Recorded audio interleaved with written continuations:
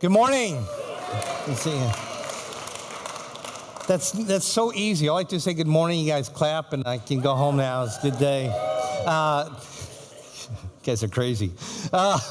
Hey, listen. My name is Mark. For those of you who are new to the Bridge, and it's so good to have you here. And let me just say this as I kind of start out here today. I remember what it was like to look for God and to go to different churches, and I knew nothing about churches. I was literally, looking at Hinduism and Buddhism and Judaism and, Christianity and just going and visiting different places. And there, there's this hunger inside of me, but there's always this little bit of timidity about going to a place that I was unfamiliar with and to be with people that I really didn't know. And you just didn't know whatever to expect. And I want you to know something. For those of you that, this is your first time here, or maybe you've just been coming since, a few weeks ago, we carry you guys in our hearts. We really understand what it's like to go through a spiritual journey like you're on, and to try out places and to not know what you're going to expect. And we carry you in our hearts so much that literally, whether it's the way that you hear us speak, whether it's the way that you're greeted when you come in, or the way that you're just shown where your children go, everything we do is with you in mind. And our desire more than anything else is that for you, this will be a time when you feel honored and you feel comfortable and you feel like, oh, okay, I'm glad I came here. So I just want you to know that, having gone through what I went through, we really understand what you're going through, and we're just glad that you guys are here. All right, glad that you're here. When I was little, I was when I was 4 years old, I used to have onesie pajamas with the feet attached to them. Okay, I had a yellow pair of, don't ask me why my parents got me yellow, I don't even want to go there, but I had this yellow pair of pajamas, and I should dig up a picture sometime and see if we can throw it up there, but literally, that's what I wore. And any of you have those growing up, those ones? Oh, okay, cool, with the feet on it and stuff like that. And I remember this so vividly that one night, I had a dream that Spider-Man and I were, webbing buildings and swooping down and scooping bad guys up off the street, and then depositing them in these jails that had no lids on them. Yeah, this was so real, and we were just swooped down and we'd scoop them up and we'd drop them in, and we were saving the world. We were out there, we were saving the world, and it was just exciting. It was fun, and I woke up and I was so excited about it. It was so vivid. I can picture this thing as I'm talking about it.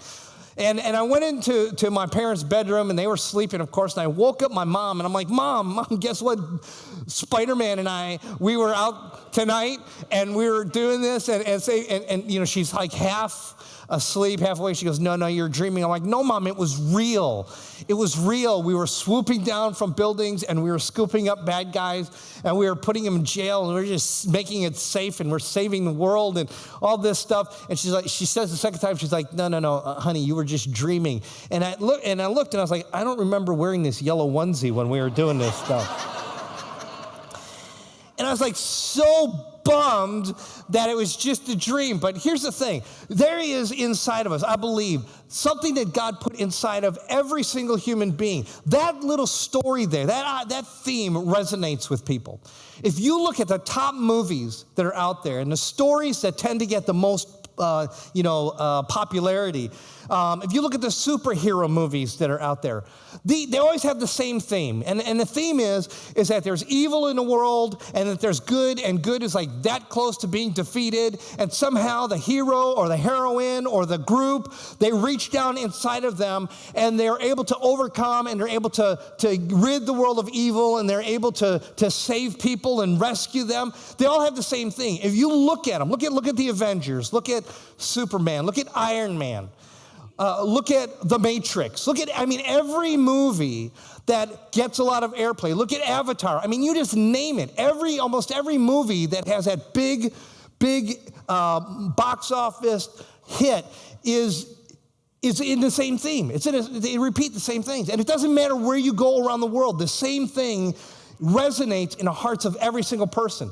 If you look at the Marvel Comics series of movies that we've been seeing lately, the top 10 have generated $4 billion all around the world.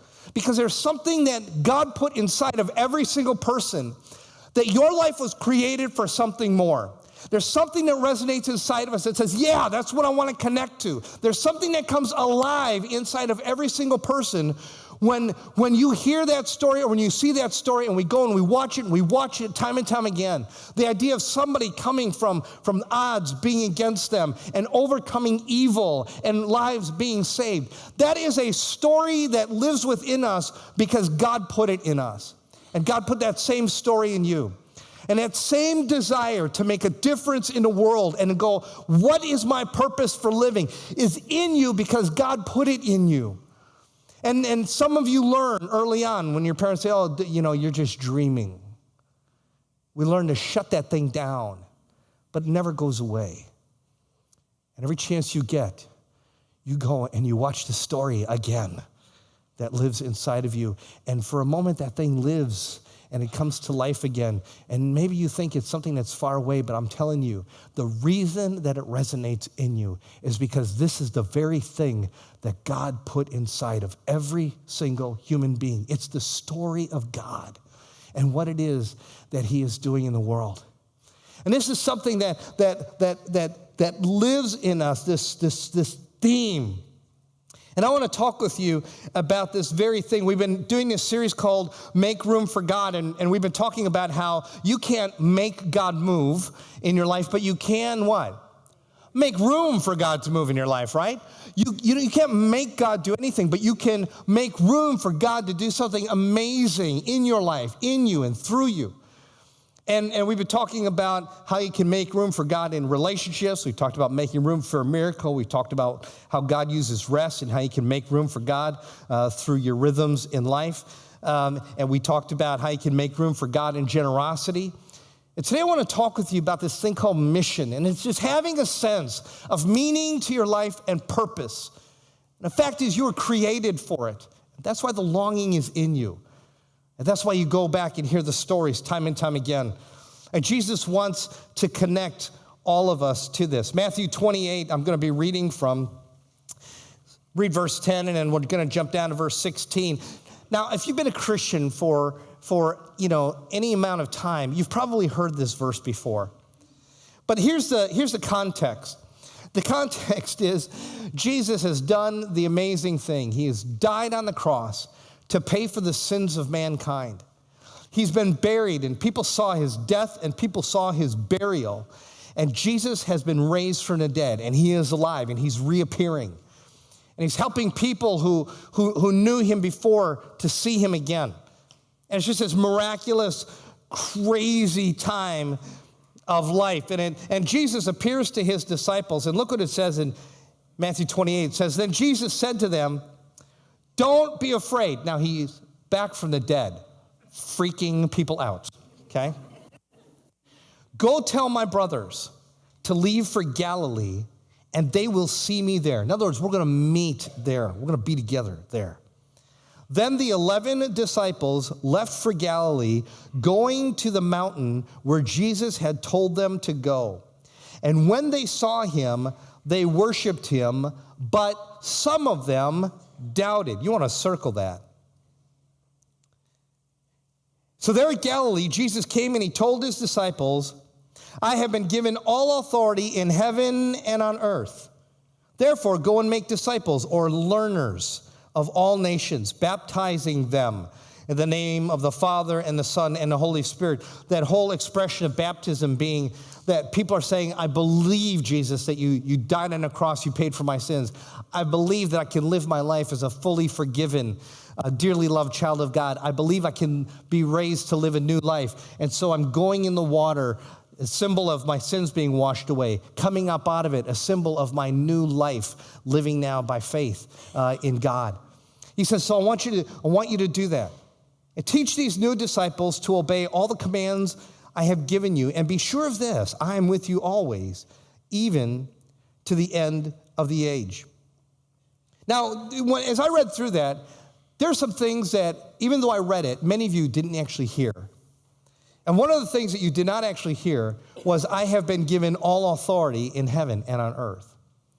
You see, we don't realize what he was saying and how important that was. We don't realize what a dark and broken world that the world was.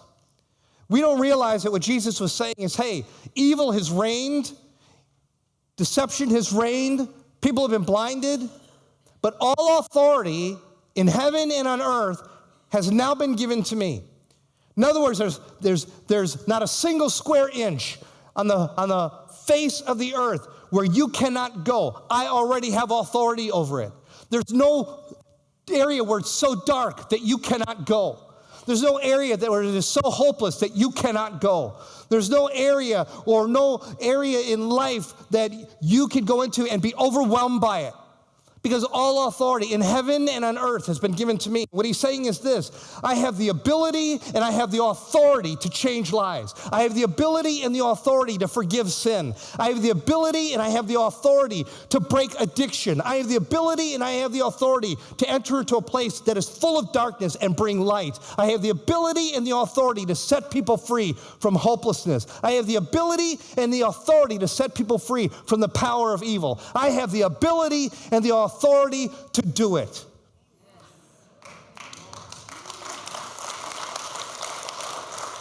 And he says, because I have the ability and the authority to do these things, to transform people's lives, because I have the ability and the authority to do it, I want you to go and let people know, because I'm going to exercise my ability and my authority to set people free, and to transform their lives, and to bring healing and hope where there was none of that before. He says, I have been given all authority in heaven and on earth. That's not a small thing. That drives everything. And he says, this is who I am. Here I am. I want you to help people to learn about me. And there's some things coming out of this that I want you to be able to wrap your heart and mind around, for you to make room for God to do in you and through you, for him to be able to work through your life, to be able to change the lives of other people by his power. There's some things that you have to know. Number one is this: Jesus' desire above all else is to be known personally. To be known personally. Not just known information-wise, oh yeah, God exists. But to be known personally. The first people he goes to when he's raised from the dead is he goes to his friends. He goes back to his friends. Now, here's what he could have done. Jesus could have spread his arms out, went up in the air in a cloud, and everybody looked. He could have done it at that point, and everyone just went, wow. And Jesus would have said, get your doctrine straight, get the religion right, believe in me. He could have done that. And people would have gone, okay, we got to get our doctrine straight. We got to believe the right things and get all that straight. That's not what he did. He immediately came back for relationship. He immediately came back to his friends, to the people that knew him. And Jesus' desire above all else was to be known personally, because this incredible idea of being on a mission for him is all done through the context of relationships. And it's crazy. Because when he's standing there saying this, there's a handful of people, maybe 120 people. Started with 11, said, go meet me. And he meets maybe 120 people. And he's like, guess what? You guys are going to change the world. And at that point, it would have looked pretty crazy. It's 120 of us. Okay, so we take this and, okay, so you guys are going to go change the whole world. All nations. Go. He didn't do that. He didn't go. He's like, what? All authority in heaven and earth has been given to me. You don't have to go by yourself. And his whole sense of Jesus wanting to be known personally, it wasn't enough for him for people to just believe that he exists and believe that he died on the cross. What he's looking for is that personal connection, that personal relationship. See, the idea that I heard it put this way, where somebody said, God is like on top of a big mountain, and then one religion goes up this side, and another religion goes up that side, and this religion goes up that side, and this one, and they all lead to the same God. And when we get to the top, God will go, ta-da, you found me. Like all roads lead to him. But see, that's impossible. Because if somebody believes that the way that people are able to discover God is through a mission of love, and other people think that the way to please God is a mission of strapping bombs to your body and killing people, you've got two different gods. There's no way it's the same God. And the idea of a God who kind of sits back and is just kind of hoping that you'll discover him, and that the differences of what it means to be able to have a knowledge of God that is so personal, those are all radically different. And the idea that a God would sit back and go, well, I hope you get it right, is not the picture of a loving God, but a loving God is this incredible Father who wants to be known. And he's like, I want you to know I'm sending my son because when he dies on the cross for you, it's so that you know how I feel about you, that you're worth dying for. That I would so much rather my son go through this for you than for you to spend eternity without me. I want you to know what I'm like. And everything that Jesus did was about helping people to know who God really is. And his desire, having been raised from the dead, is that people would know him personally. And that's the driving desire of God always. It's not just it wasn't about creating a religion. It was about opening up a relationship that was never possible before, because your sin and my sin and our whole don't tell me how to live way of thinking, that Jesus would take all that away and say, look, you can be forgiven and now you can live. Instead of somebody who's always arguing with God, you can live as a fully forgiven, dearly loved child of God who has a relationship. I think of it as a father who has all the resources that anybody could ever imagine. And his heart of love is so big. And when he sees orphans, inside he sees children that never knew what it was like to be loved. Children that never knew what it was like to have a father who was just crazy about him. And so God sends Jesus for us so that we would know his love and how passionate he is and about how much he pursues us. And his desire is to adopt kids. And every time somebody says, Jesus, I believe you died on a cross for my sin. God, I want you in my life. The Bible tells us that you become a child. You become adopted by God.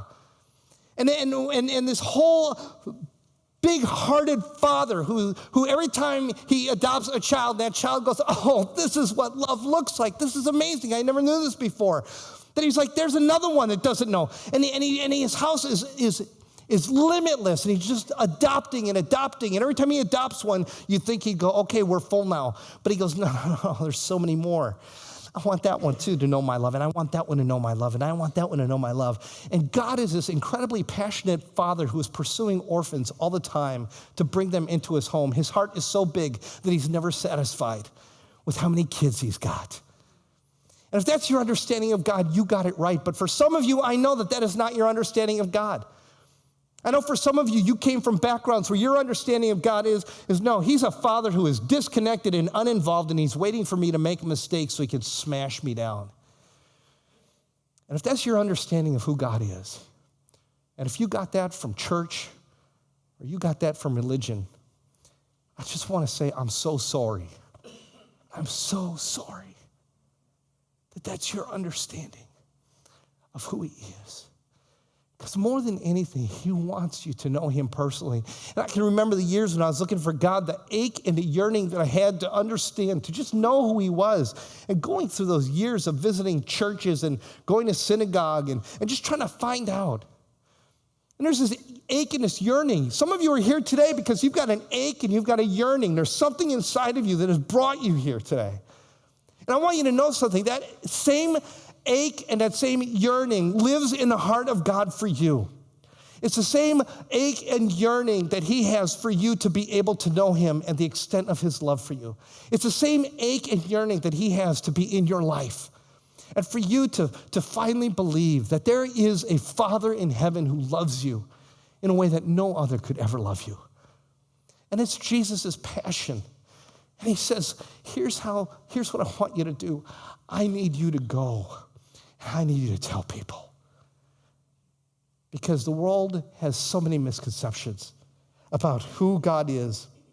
And I just want people to know me personally. That's Jesus' desire. That's what drives him all the time. Second thing I want you to see is this, is that Jesus invites you to join him and to bring your doubts with you. I love this. He's there in Galilee, and some people are there, and they're like, oh, man, Jesus, whoa, Jesus, man, we just worship you, Jesus says. And it says, but somewhat.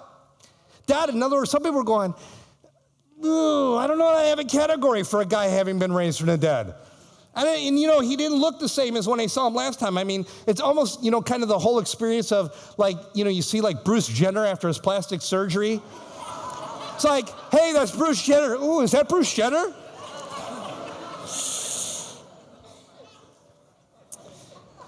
See, the last time that they had seen Jesus, he didn't look like what he looked like.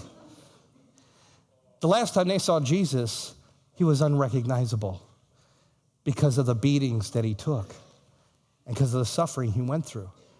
And now they're seeing him beautiful. And they didn't have a category for that. And the cool thing is this, is Jesus didn't go, tell you what, those of you who believe right now, I want you to come, and I got something amazing for you. Man, there's something I put in your heart to make a difference in this world, and come on, here's how you do it. By the way, those of you who doubt, you need to go sit down somewhere else, and you need to go sort some things out. He said, go. Some of them believed, some of them doubted. And he invites you to bring your doubts with you in his journey.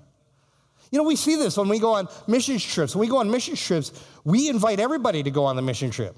We invite people that believe, and we invite people that don't believe. Because you know what we found? Is that when people who doubt come along on a trip and they begin to experience the love of God, when they see the love of God in action, when they realize that, hold it, you mean all you people, you like took your vacation and you like, not only did you not take a vacation, but you're coming here and you're paying for your own way and you're investing your time and pouring out into other people's lives. When they see that, when they experience the care that comes through believers, people in whom Jesus is alive, when they're around you, it's like, they're like, I don't know what this is, but I want it. And that's all I know. I doubt it. I didn't know what it looked like before. But now I see what it looks like, and all I know is I want what you have. And see, Jesus did the same thing. He said, you just come. You meet me there, and when we're there, yeah, some of you doubt. It's okay, because for some of you, you're going to figure it out on the way. For some of you, when you see me at work, when you see lives changed, you'll get it. You'll figure it out on the way. Come with your doubts. And see, sometimes the doubts, at least there, they was like, I don't have a category for a guy being raised from the dead. But some of the doubts that plague us are not doubts about Jesus. They're doubts about us. Because see, we've bought into this idea that you've got to have your act together for God to do something great in you and through you.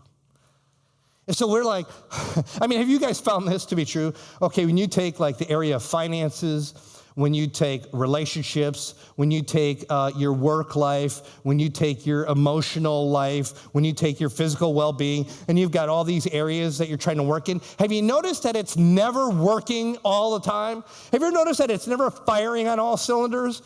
Have you guys noticed that? Am I the only one?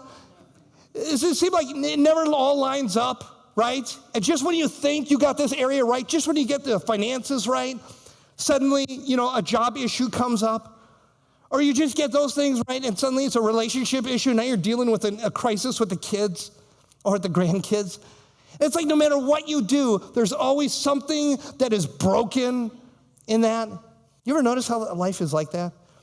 In the Old Testament, Genesis chapter 35, I've taught on this before, but there's a guy named Jacob who goes through life, and he has learned to lie and scheme and kind of finagle his way through life to make things work for him. And he's just doing this all the time. As a matter of fact, his name itself means the guy who's like pulling the wool over people's eyes. It means the one who's tricking people and all this stuff. Well, in Genesis 35, he gets into this encounter with God where literally God, in however he did it, allowed himself to be expressed in a human form, and Jacob is literally wrestling with God. And he's trying to get God to bless him. And he's wrestling and he's wrestling and he's wrestling all through the night, and he won't let go. And God says, hey, time to let go. And he's like, no, I'm not going to let you go. And then what happens is God reaches down and he touches him on the hip and pops his hip out of joint. And now Jacob is hanging on him. And he's like, I'm not going to let you go until you bless me. And God goes, you got it. You win. And the wild thing is Jacob never saw that God was blessing him all along because Jacob had never lived his life submitted to God. But now he began to see that God's blessing has already been on him, and he began to see God work even more powerfully.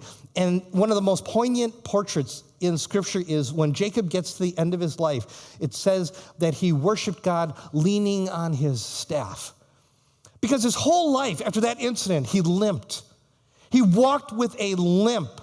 No longer was he going to be the guy to maneuver and scheme and fix things and make it work all to his advantage. Instead, by having that limp, what God was helping him to experience physically was that you need to lean on me. And you need to rely on me. And you will limp for the rest of your life so that you're able to make room for me to show up with my power.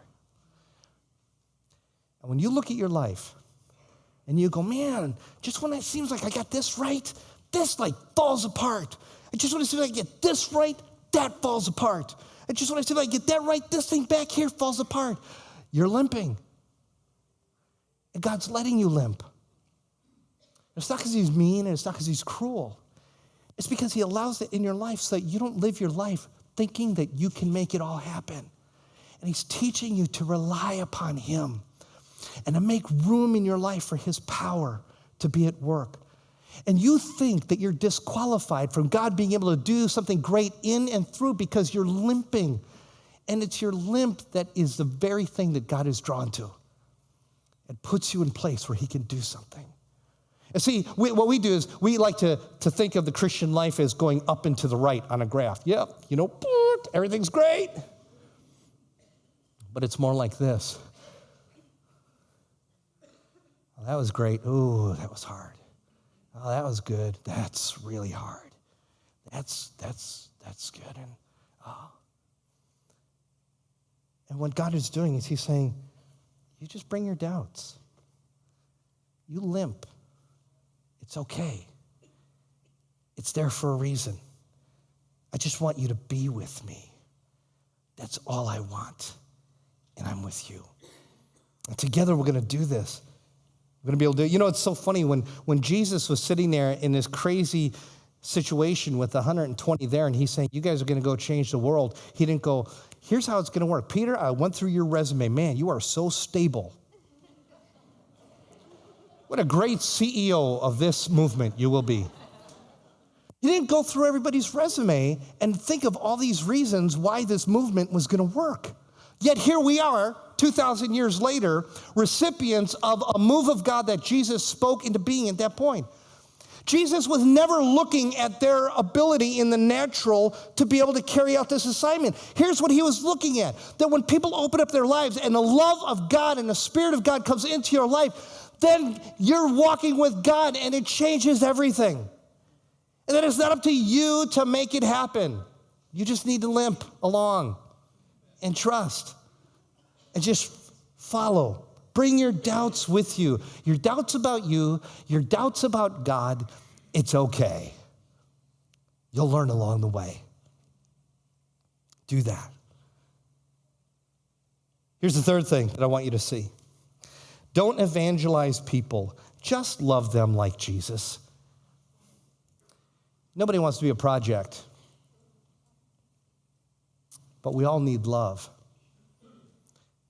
One of the crazy things about Jesus and the things that used to get religious people so stinking mad at him is that time and time again, Jesus loved people when they didn't deserve it and they least expected it. He'd forgive people that religious people were like, you can't forgive them for that. You can't do that. God's mad at that person. What are you doing forgiving them? We should kill that person. What are you doing forgiving them? Jesus, time and time again, his favorite button to push was, I'm going to love people when they deserve it the least and they expect it the least. I'm going to do when they don't deserve it. That's what I'm going to do. And it freaked people out. It was unlike anything they had ever experienced. Here's a question. What if you started loving that way? What if that couple you know whose marriage fell apart because this person made a serious mistake, if you just began to love them when they didn't deserve it and least expected it? What about that person at work that gets on everybody's nerves? That it's so easy to talk about them.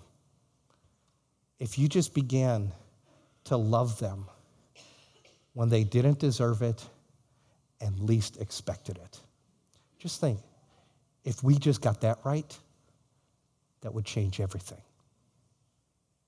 So you don't have to evangelize anybody. You just need to love them like Jesus. In order to watch lives being transformed and changed, you don't have to make people a project. You just have to be intentional about one thing. I'm going to love people the way Jesus loved people. And I'm going to love them when they don't deserve it and when they least expect it. And it's going to blow their minds. And other people are going to go, what is up with you? And you'll go, that's how God loved me. He didn't wait till I got my act together to love me. He loved me even while I was a sinner. And he died for me. And he forgave me. He came in my life. And now he just lives in me to love people. That's it. That's how it works. Here's some practical ways that you could do this. Number one, serve. Serve. Just serve people. Look for a need in someone's life. One of the most powerful things I found that people are open to when they're struggling. When I was working in the insurance industry and I'd go into the body shops and I'd be talking with people that work there, is, I just ask them how they're doing. And then I'd say, I'll be praying for that. I never, I didn't want to put them on a spot and pray in front of them, though sometimes that was the thing to do, and I did that. But most of the time, what it was, I said, I'll be praying for that. And then I would pray for it. And then I'd come back, and the next time I saw them, I'd say, how's that going? And the fact that I just cared that much, that's just a way of serving people. Just finding somebody's need, whatever that is, and just looking to meet that need. It's so radical for people. It's huge. Here's the second thing. Encourage people. Be contagious. Encourage them. Be a positive person. Don't be like other people and sit there and get into all the negativity and the gossip and all that stuff. See, here's the thing that we often forget.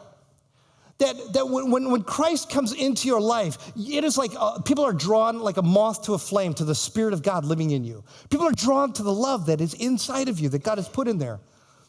But sometimes you get caught up in all these other lesser things. And whether it's on Facebook or whether it's in the conversations at work, people are listening to you.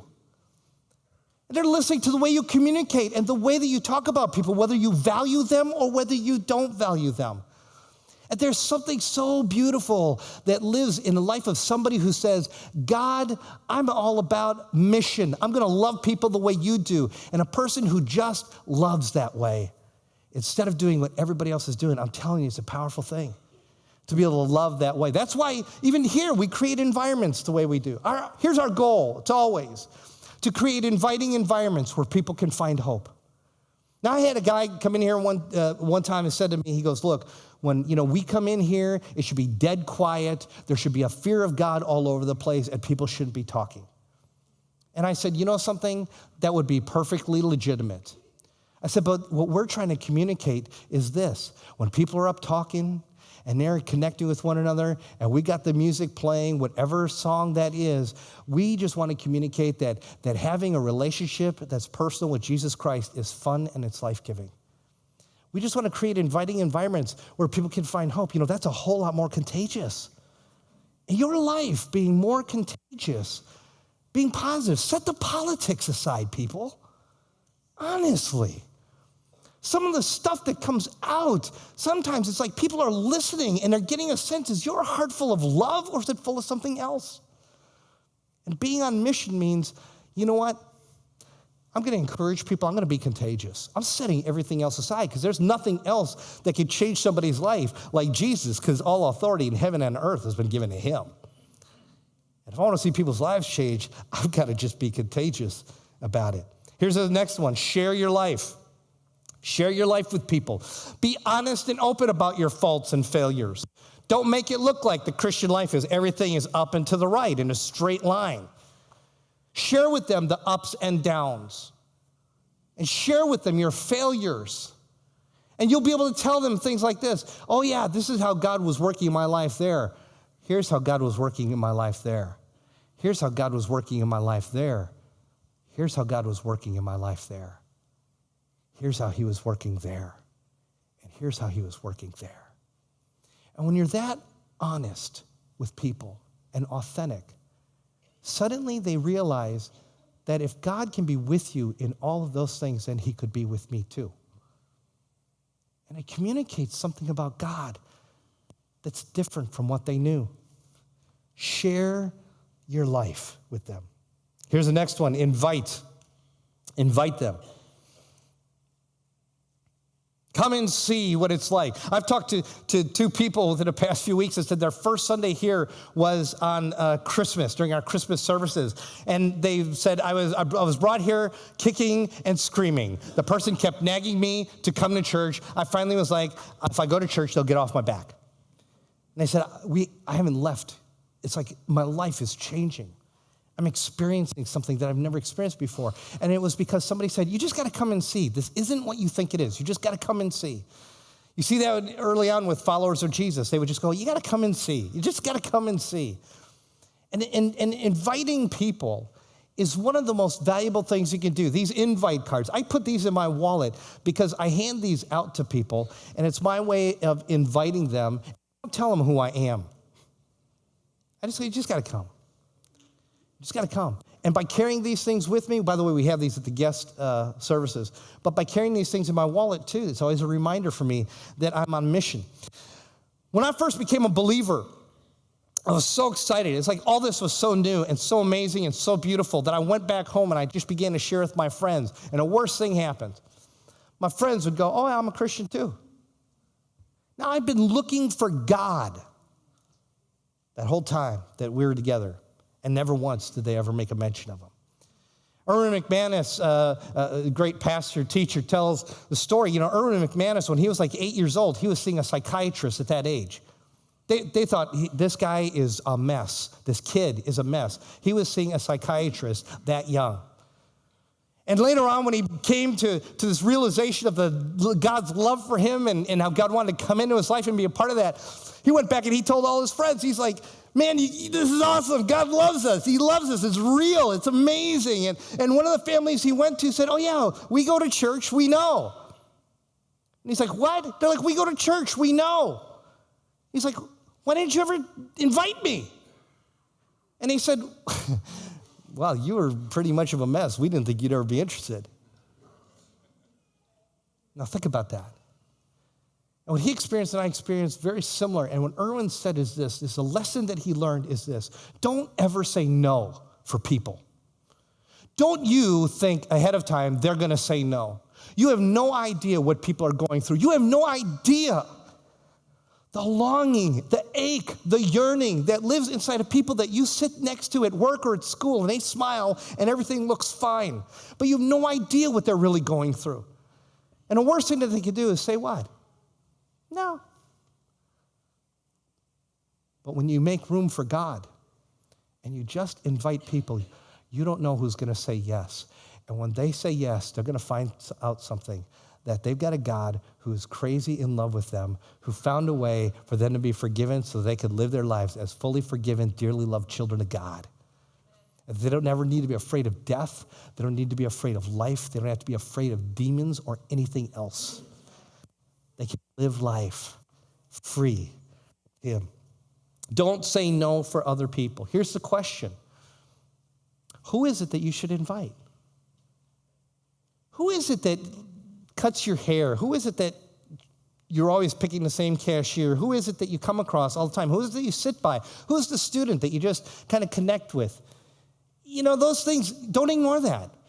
See, when we make room for God and we go, okay, God, I'm available, and we just take the step of inviting, that for some people is the first step to their lives being radically changed right there. But who is it? Let me tell you some things that are coming up. We finish off this series next week. It's going to be awesome. After that, we're starting a series on dealing with temptation. Who do you know that struggles in the area of temptation? I know none of you do, but who do you know that should be here? You're cool. Seriously, who do you know that's struggling with an addiction or habit or a relationship and they just can't seem to let go of it? 3 weeks, we're going to be talking about dealing with the issue of temptation. After we do that, we're going to be doing a series called Heroes. We're going to back up the dump truck of hope, and we're going to dump hope all over this place. And we're going to talk about how God uses ordinary people to do extraordinary things. Then we hit Easter. Easter's going to be off the charts. We're going to give people hope like crazy. After Easter, we're doing a family series for people that are dealing with family issues. That's going to be a big series. How many people do you know that are dealing with family issues? Anybody in here not dealing with family issues? Why are we doing that? Because God has a message for all of us. And it's Christ's passion for people to know him personally, and just inviting them makes such a difference. Here's another one. Invest. Invest. Keep pouring into people. Keep pouring into them. It's amazing how little it takes to invest. You'd never think of a suitcase as something that could change somebody's life. But every time we go on a missions trip, every time we partner with Hearts of Fire, every time we go to another country, and we go to India, we go to several nations in Africa, we go to Peru, we go all around the world. What we do is we take these suitcases and we pack them full of vitamins, we pack them full of medicine, we pack them full of mosquito nets, we pack them full of things that will save the lives of children all around the world. And it's just a suitcase. But something as simple as people going, oh man, I've got one of those I can give. I've got a big suitcase that's on wheels like that. When you give something like that, we pack that full and we go to another nation. That means a day of life for a child that they wouldn't have any other way. And that means meeting their needs in a practical way, in a way that wouldn't have happened without people doing that. It's a simple way to do it. You can bring these in. Bring these in, stick them in the lobby. We'll take them. And everywhere we go, those things are going to be filled with hope for people. Sometimes the mission that you fulfill is right here. That's why we have our growth track, to help you to be able to fulfill that calling and to be able to tap into that sense of purpose that God has for you in your life. Sign up for Growth Track or go on a mission trip. We're going to the Dominican Republic this summer. Update your passport. Begin to pray about what God's going to do there. Begin to think about joining us there. Sometimes it's local, like Youth for Christ. Manatee Youth for Christ. Every week, there are 1,200 kids that are getting fed, learning crafts, playing games, and discovering that there is a God who loves them, a Father who loves them, that no matter what they're going through at home, that they have a Father in heaven who's crazy about them. They learn it every week. You know how we reach 1,200 kids a week through that? Volunteers. People that are just going, I just want to live my life on mission, God. And so they're taking an area like sitting down and playing with kids that makes all the difference. We got schools that are opening their doors and saying, come on in, do this. And they're always looking for people. So if that's an area, then Youth for Christ. Man, you can contact the office, you can email us, or just Google them online. Man, Youth for Christ, Mike Chaplinsky, awesome guy. The key is this. Number 4, just go. Just go. Just go. Engage somewhere, somehow.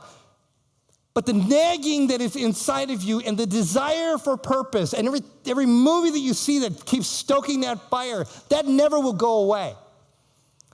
Because inside of you, you have been placed was something by God to just draw you to the fact that you were created for something so much more, and you are a part of working with Christ. The cool thing is Jesus didn't say, I want you all to go and do this for me.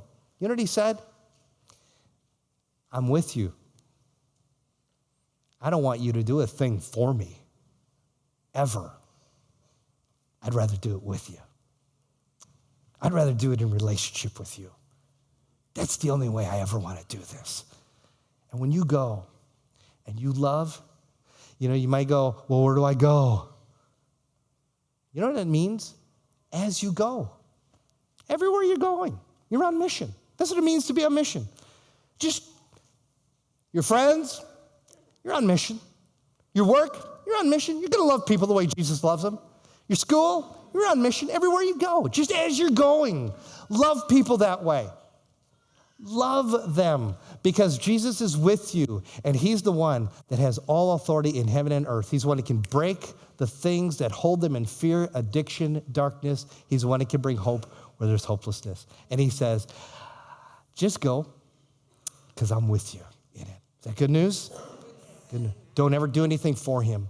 Let's do it with him. Guys, I want to pray with you. Let's close your eyes.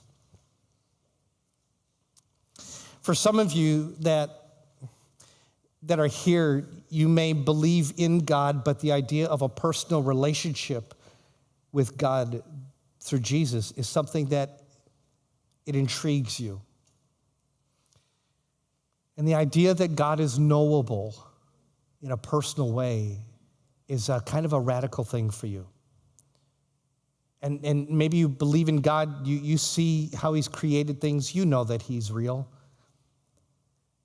But the fact that he would call you, of all people, into a personal knowledge of him, maybe that's never crossed your mind.